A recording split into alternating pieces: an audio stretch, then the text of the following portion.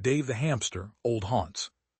Dave the hamster sat on the windowsill of James Brogan's office, staring out at the Boston rain. The city looked the same. The alleys still smelled of wet brick and old secrets, but Dave felt different, older, a little slower, and if he was honest with himself, a little homesick for the days when every shadow might hide a cat, a trap, or a mob goon with a butterfly net. He had been a hamster on the run once. It started with the drugs. The bad old days. Vinny, the weasel Capello's crew, had the bright idea that hamsters made perfect little mules.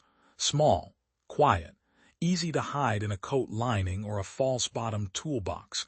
Dave had been one of the specialists. They called him the best. He hated every second of it. One rainy night he decided enough was enough. He chewed through the mesh of his transport cage in the back of a van headed for the docks, dropped into the gutter and ran. He ran for days. He slept under dumpsters. He stole crumbs from bakery doors. He learned which alleys the alley cats avoided and which ones they claimed. He learned that a hamster who keeps his head down and his ears open can survive almost anything. The first time he walked into the Dirty Spoon, he was half-starved and covered in grease. The place was perfect for a rodent on the run. Dim lights, sticky floors, a kitchen that never quite closed.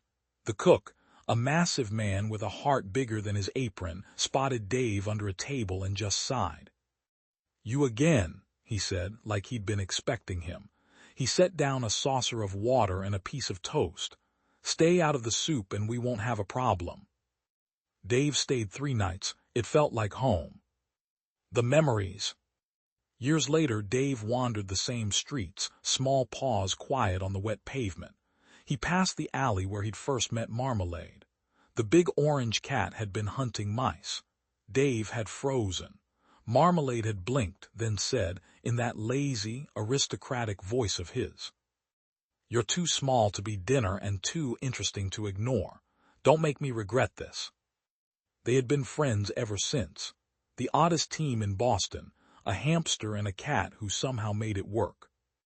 Dave paused outside Cheater's Tavern. He could hear the jukebox and the low rumble of conversation. Inside were the people who had become his family. James Brogan, the tough ex-cop who treated him like a partner instead of a pet.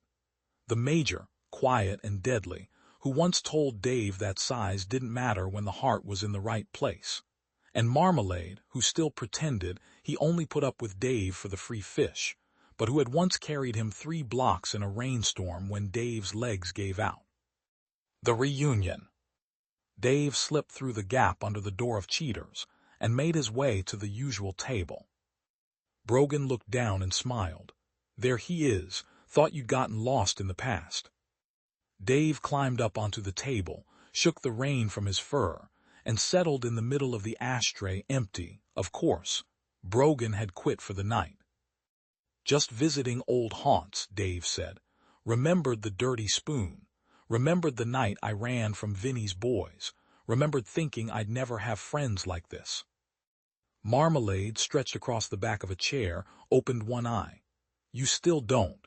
You have a cat who tolerates you and 2 humans who are soft in the head." The Major raised his glass slightly. "He's earned the right to be soft." Brogan reached over and scratched gently behind Dave's ears. "You came a long way from that scared little mule, buddy. We all did." Dave looked around the table, the tough detective, the quiet soldier, the arrogant orange cat, and felt something warm settle in his small chest. He had been a hamster on the run once. Now he was home. Outside, the rain kept falling on the old alleys and the Dirty Spoon and every place a small creature had once hidden. But inside Cheater's Tavern, the lights were warm, the company was good, and for one night at least, the past could stay where it belonged. Dave the hamster closed his eyes and let himself rest. The road had been long, but the table was full.